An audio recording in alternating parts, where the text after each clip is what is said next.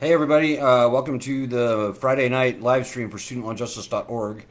My name is Alan Collins, founder of studentloanjustice.org. We are the oldest, largest, and pretty much only citizens group around actually fighting for student loan justice. Let me just get right into it, folks. And by the way, if you have any questions or comments as we go forward, feel free to throw them out. If I can see them, I can respond to them. Facebook's got a new interface, so I'm not 100% sure that I'm seeing all the comments, but whatever. If I see them, I will very happily respond to them. So yeah, folks, we're kicking ass right now. Pardon the French. Our petition calling on the president to cancel all student loans owned directly by the federal government, which is about 85 or 90% of all student loans, has picked up 200,000 signatures in the past, well, since Monday morning. So that's pretty good. We now have a total of 500 and I think 35,000 or so signatures. That's really starting to get into where it's starting to get real.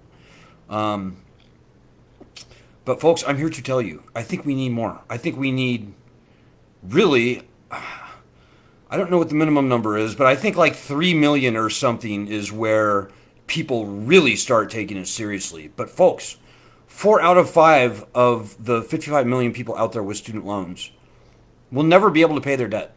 Most of those 55 million people, 4 out of 5, are sweating bullets about their student loans. They should know about us. You know them. If you know 5 people with student loans, 4 of them are freaking out. They need to know about our petition.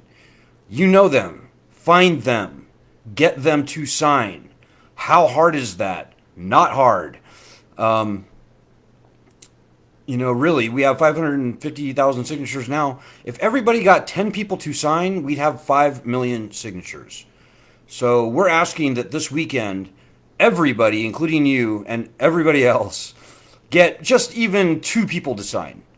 Even if everybody just got 2 people to sign, that would put us at 1.5 million signatures. So we're starting to deal with some pretty big numbers here, folks, and that's a very good problem to have. But it's time for everybody to see why they are so important in this fight. Anyways, it's a good problem to have. 550,000 signatures is great. We're getting some media attention. Up to this point, we've been featured on, Fox News Radio, the Minneapolis Progressive Radio. So we have spanned the spectrum from left to right, and that's great. But we really need to do more media. I mean, we're at the point now where this is definitely worthy of alerting the press. So if you can contact a news organization, tell them to report on our petition. We can take it from there. I mean, you can do the interview if you want, but if you don't want to, or you don't feel like you're capable of it, of defending our argument or whatever, I'm happy to do it. This is what we do all day long, folks. We're good at it. But the way the media works is it's far better to have a third-party referral than for me or the other state chapter leaders or other administrators to say, hey, you should really interview me, because that just never really seems to work. So yeah, send an email or make a phone call to a news organization that you like. Let them know about our petition, and let's get this thing rolling. So please do that. It can only help. And these are our loans, and this is our problem. And make no mistake, folks, what we are pushing for is a big deal. The loan cancellation plans that we're seeing besides ours are lame. Those are establishment, swamp, fake, unimpressive, poorly designed, half-measure, partial plans that will never work. They just won't. We've been doing this for many, many years, and I can tell you that the loan cancellation plans we're hearing from Bernie Sanders and Elizabeth Warren and Joe Biden and Kamala Harris I hear, and Ariana Presley, Good people. I'm not saying anything bad about them, but I'm telling you that the loan cancellation plans that they are pushing are lame. They will never work. They want to raise $2 trillion like Bernie. He wants to raise $2.2 trillion, and we supported Bernie, by the way. But his plan is just lame. He wants to raise $2.2 trillion to pay for loan cancellation. Well, folks, I'm here to tell you the taxpayers have already paid for these loans. They don't need to pay twice. That's nonsense. That's ridiculous. And oh, by the way, the Department of Education, which will surely be put in charge of canceling the loans through whatever program or law that Congress might pass, they have no desire or intentions of canceling any loans. They just don't. That's not how they roll. They do everything they can to not cancel loans. Look at the Public Service Loan Forgiveness Program. You know what the success rate for that program is? 0.8%. So think about that, folks. Congress is not the way to go. There's no law that Congress can pass, based on what we've seen, that will ultimately cancel any loans. There will be means testing, strings attached. The Department of Education will bureaucratize it to death. On the other hand, our plan, executive order, the president can cancel 90%, 85, 90% of all student loans tomorrow by executive order. He can do it without raising one dime of tax money from Congress and without adding one penny to the national debt. So our plan is it. There's nobody else around whose plan will actually work. And I might add also, we are also fighting for two very important bills, S1414 and HR 2648. These two bills would return standard bankruptcy protections to student loans. The same bankruptcy protections that exist for all other loans, the same uniform bankruptcy protections that the founders called for in the Constitution, ahead of the power to raise an army, a navy, and ahead of the power to declare war. So the bills are S1414, HR 2648. I want to give a quick shout out to Gordon Watts down in Florida, who's meeting with a pretty key Republican legislator tomorrow as we speak, trying to get him to co-sponsor HR 2648. So if you have non-federal loans, in other words, if you have private loans, if you have Perkins loans, which are federal but not federally owned, if you have the older style FFELP loans, which again, federally guaranteed, not federally owned, then you need to be fighting for these two bills, like Gordon is down in Florida tomorrow. HR 2648, S1414.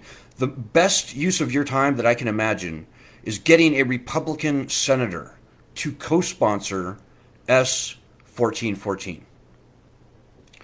That would be probably the domino that would solve this problem. So just keep that in mind, please. So, I think I'm going to keep it kind of short here tonight, folks. It's Friday night. I feel like I've done the same live stream over and over and over again for the past 2 or 3 months since we've been in this coronavirus crisis. But suffice it to say that I am more optimistic now than I have ever been before. This lending system has failed. It's unconstitutional. And quite frankly, the people who perpetuated this vicious, predatory scam upon us, they know this lending system is toast. Nobody is paying right now.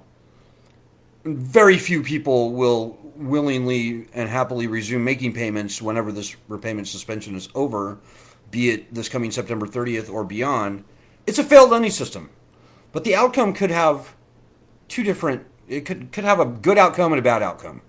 The bad outcome is when everybody starts getting sued and the government starts leaning people's property and sending federal marshals to their homes to arrest them, which, believe it or not, is already happening in Texas. We don't want that outcome. We do not want that outcome. We want the good outcome, where the president, be it Donald Trump or the next president, acknowledges this failed, toast, dead, done lending system for what it is, and does the right thing and writes them all off by executive order and I should say comes up with a better plan for financing higher education in this country. We can keep the same old lending system, but it's a disaster, and they should learn from their mistakes. Quite frankly, I don't think the government has any business being in the lending business when it comes to college loans.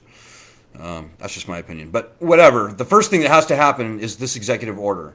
The more signatures we can get on the petition, the more likely it is that that will happen. If we can get 20 or 30 million signatures on the petition, the president really pretty much won't have a choice but to write off these loans because we're not going to pay them anyways. And I think that much is becoming increasingly clear as time goes on. So we are fighting the good fight, folks. The founders are on our side. I could not be more proud, more privileged to be fighting this battle, and I hope that you feel the same way. We are the pioneers in this. We need you. You need us. And the 55 million people out there with student loans need us too, whether they know it or not. So, guys, again, it really does come down to this petition. If you're not working right now, if you have more time on your hands than you might think because of the coronavirus crisis or whatever, spend that time getting some media for the petition. Spend that time getting everybody you know with student loans to sign. It's not going to happen until you make it happen. That much we have learned over the past 15 years. And I don't want to be here even 2 years from now fighting this fight. I don't want it. You don't want it.